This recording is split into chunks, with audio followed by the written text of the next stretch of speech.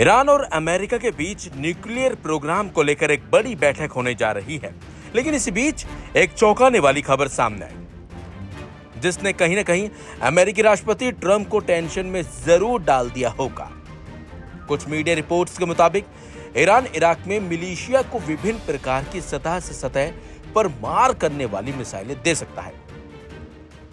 Report में इसे क्षेत्र में ईरान के उच्च दाव वाले शतरंज के खेल के हिस्से के रूप में दर्शाया गया है, क्योंकि अमेरिका और ईरान ओमान में अप्रत्यक्ष वार्ता की ओर अग्रसर हैं। और इसके अलावा अमेरिका यमन में ईरान समर्थित हौथियों पर हवाई हमले कर रहा है, इसलिए ईरान इराक में मिलिशिया की स्थिति में सुधार करना चाह सकता है। यह मिलिशिया पॉपुलर मोबिलाइजेशन फोर्सेस नामक एक छाता समूह का हिस्सा है।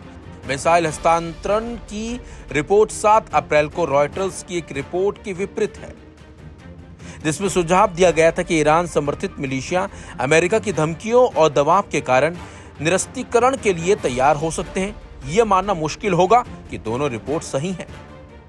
रॉयटर्स की रिपोर्ट 4 मिलिशिया के अज्ञात स्रोतों पर आधारित थी। रिपोर्ट में 10 कमांडरों से बात करने का दावा किया गया था। साथ ही रिपोर्ट में इराकी प्रधानमंत्री के करीबी सूत्रों से मिली जानकारी पर भी भरोसा किया गया। जाहिर है कि मिलिशिया निजी तौर पर संदेश देना चाहते हैं कि वह निस्तारीकरण पर विचार कर सकते हैं। तो वहीं इराक के कताइब हिजबुल्लाह ने उन रिपोर्टों का खंडन किया है जिनमें कहा गया है कि राष्ट्रपति डोनाल्ड ट्रंप के प्रशासन के तहत अमेरिका के बढ़ते दबाव के बीच वो निरस्तीकरण की योजना बना रहा है। समूह ने रॉयटर्स की रिपोर्ट में किए गए दावों को खारिज करते हुए उन्हें झूठ और मनगढ़ंत बताया। यह तब हुआ जब ईरान ने कथित तौर पर इराक में अपने प्रॉक्सी मिलिशिया को लंबी दूरी की मिसाइलें हस्तांतरित की हैं, जिनमें कुद्दस 351 क्रूज और जमाल 69 बैलिस्टिक मिसाइलें शामिल हैं। यह हथियार संभावित रूप से इराक में तैनात अमेरिकी सेना को निशाना बना सकते हैं या यूरोप तक पहुंच भी सकते हैं। खबर तो यह भी है कि तेहरान इराक में शक्तिशाली शिया मिलिशिया को हथियारों की एक नई खेप की आपूर्ति करके इस क्षेत्र में अपनी उपस्थिति बढ़ा रहा है, जिससे उम्मीदें धराशायी हो गई हैं कि ईरान अपने मिसाइल और परमाणु कार्यक्रम पर संयुक्त राज्य अमेरिका के साथ बातचीत में प्रवेश करने की तैयारी करते समय समर्थन वापस ले लेगा। रिपोर्ट्स में कहा गया है कि देशों के बीच लगभग 1000 मील की सीमा की निगरानी में शामिल क्षेत्रीय खुफिया जानकारी के अनुसार हथियारों को पिछले हफ्ते स्थानांतरित किया गया था। ये पहली बार था जब इराक में ईरान सहयोगी मिलिशिया के कब्जे में लंबी दूरी की सतह से सतह पर मार करने वाली मिसाइलें थी। सूत्रों ने कहा है कि डिलीवरी की व्यवस्था ईरानी रिवॉल्यूशनरी गार्ड्स एयरफोर्स द्वारा की गई थी, लेकिन जिस तरीके से अब ये सब हो रहा है, कहीं ना कहीं ट्रंप टेंशन में जरूर हो गए।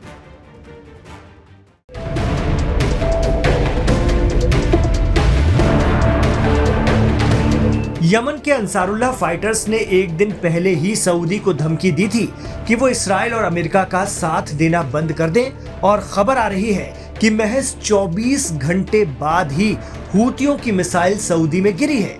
हालांकि खुद अंसारुल्लाह ने इस बात की तस्दीक नहीं की है, लेकिन मीडिया रिपोर्ट के हवाले से आ रही खबरों पर यकीन करें तो क्या सऊदी पर हूतियों का शक यकीन में बदल गया है? ये सवाल भी उठ रहा है। दरअसल अंसारुल्लाह ने एक दिन पहले ही सोशल मीडिया के जरिए कह दिया था कि हम सऊदी अरब के आसमान को आग के बादलों में बदल देंगे और इसे पूरी दुनिया देखेगी।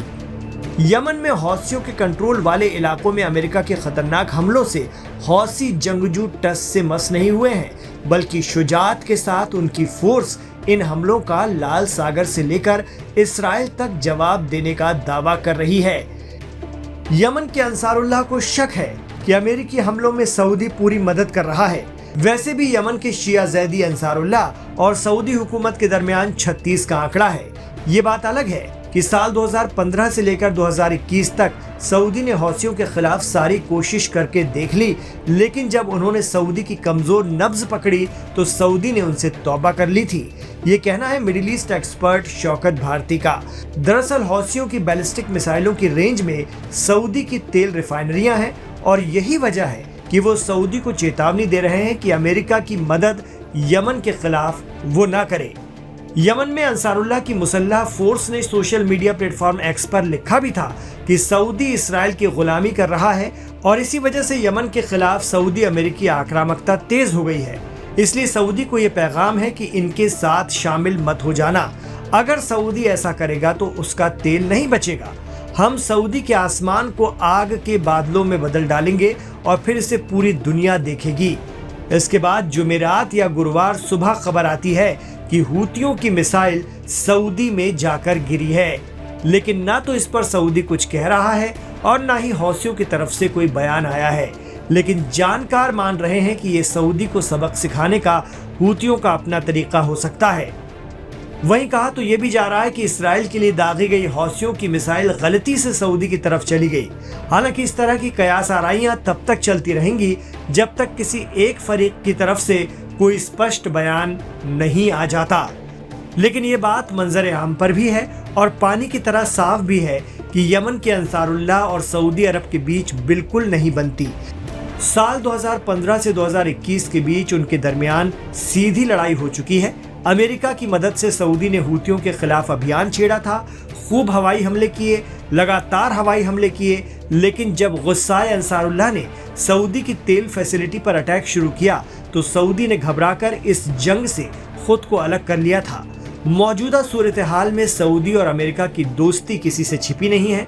ऐसे में अमेरिका के जरिए यमन पर हमले के पीछे सऊदी की मदद का शक हूतियों को फिर सऊदी के खिलाफ आक्रामक बना सकता है, जिसकी बानगी, धमकी और फिर मिसाइल अटैक के तौर पर देखने को मिल रही है। आरोप लगता है कि खित्ते की एक अहम ताकत के तौर पर सऊदी अपनी प्रो रिजीम हर तरफ बनाना चाहता है। यमन में भी उन्होंने अपनी रिजीम और आइडियोलॉजी थोपने की कोशिश की थी, जिसकी मुखालफत में हूती आंदोलन ने जोर पकड़ा और यमन के एक बड़े हिस्से पर हूतियों का कंट्रोल हो गया। मिडिल ईस्ट एक्सपर्ट कहते हैं कि ऐसी ही कोशिश सऊदी सीरिया में बशर अल असद के खिलाफ भी कर चुका है। कहा जाता है कि उस वक्त बशर अल असद का मुकाबला करने Saudi, Jordan, Turkey, UAE, Israel समेत कई मुल्कों ने अपने लड़ाके सीरिया भेजे थे, पर वो भी नाकामयाब रहे थे। हालांकि कुछ माह पहले ही सीरिया में तख्ता पलट हो गया है, लेकिन यमन से सऊदी पर हमले बढ़े तो सऊदी और उनका तेल कारोबार मुश्किल में पड़ सकता है।